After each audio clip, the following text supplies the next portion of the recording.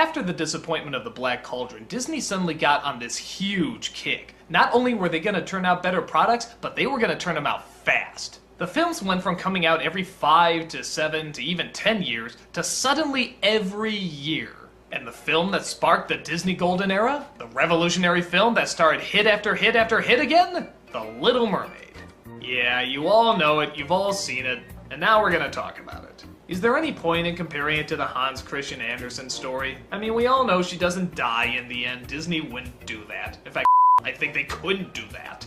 So much like Oliver and Company, let's just keep it to the content as is. This is the first film in a long time where the animation was actually looking like Disney animation again.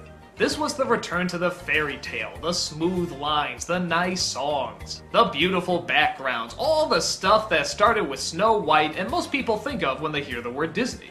The story is about Ariel, a 16-year-old girl who's obsessed with being on dry land. Her father forbids it, but then she falls in love with a handsome prince. After saving his life, she decides that she absolutely wants to become human so that she can be with him. So she sells her voice to Ursula the Sea Witch and gets herself a pair of legs. The only downside is she can't tell the prince who she is, which means she has to start from scratch in order to win him over. Of course, while the Sea Witch is plotting her way to get control of the underworld, or underwater world. The feedback I get from this movie is fascinating, from women. I find they either love or hate this movie, and all of it centers around the main character, Ariel.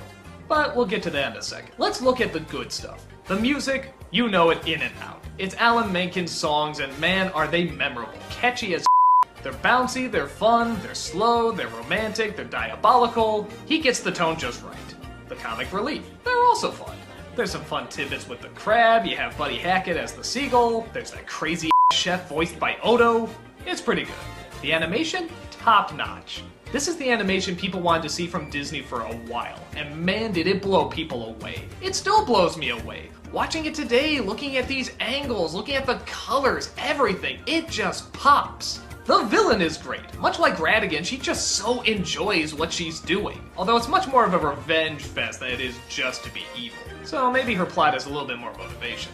And I like the fact that this was the first Disney film where the couple actually had to build their romance from something. They didn't just meet and suddenly love each other.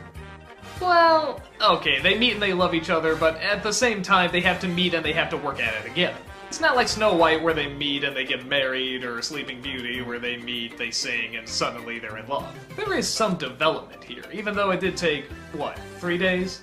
Well, okay, in the Disneyverse, that was a long time then. But let's get to what most women either love or hate. The Little Mermaid herself, Ariel.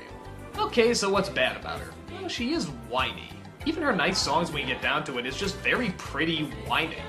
She certainly has all the typical 16-year-old cliches, like hating her father, talking about boys, wanting to throw her life away for them. But let's be honest, that's kind of typical for a lot of girls. So maybe that's why some women hate it. I mean, I guess Bella is living out a lot of girls' fantasies too, but it doesn't necessarily make her a good character. But she definitely has a passion and a drive that sets her apart from a lot of the other Disney women. She's a hopeless romantic, but she's also determined. When she wants something, she'll go to whatever lengths it takes to get it. So, for the most part, I thought a lot of the backlash about the character was just sort of nitpicking. But then I watched Lindsay's review and she brought this up.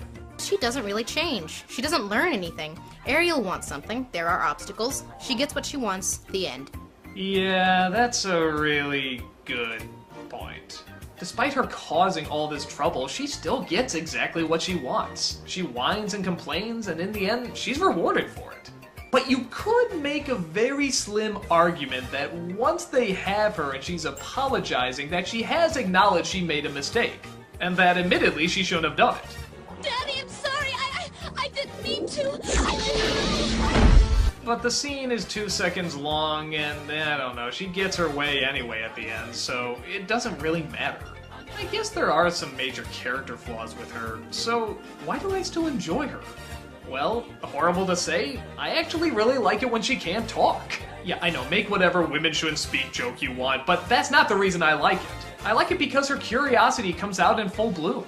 She isn't complaining here, she's enjoying. She's in heaven seeing all these new things. She's a wanderer, she's an explorer, she likes discovering things. And nowhere does that come out clearer in just the simple expressions and the great animation here.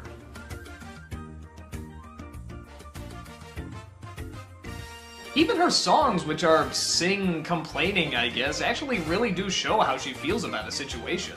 And it's very passionate. So I guess that's what a lot of people really do get behind in this movie. So yeah, deconstructing childhoods aside, how does this film hold up?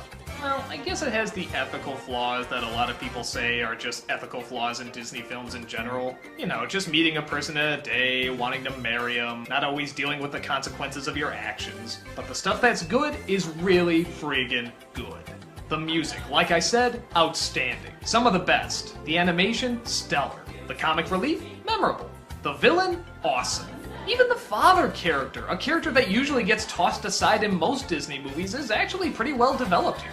And our main characters, despite their flaws, still have a lot of things you can like about them. Personally, I still really enjoy it. It has its issues, but the good stuff is just too good. And this would only be the first monster hit that would set Disney on a roll.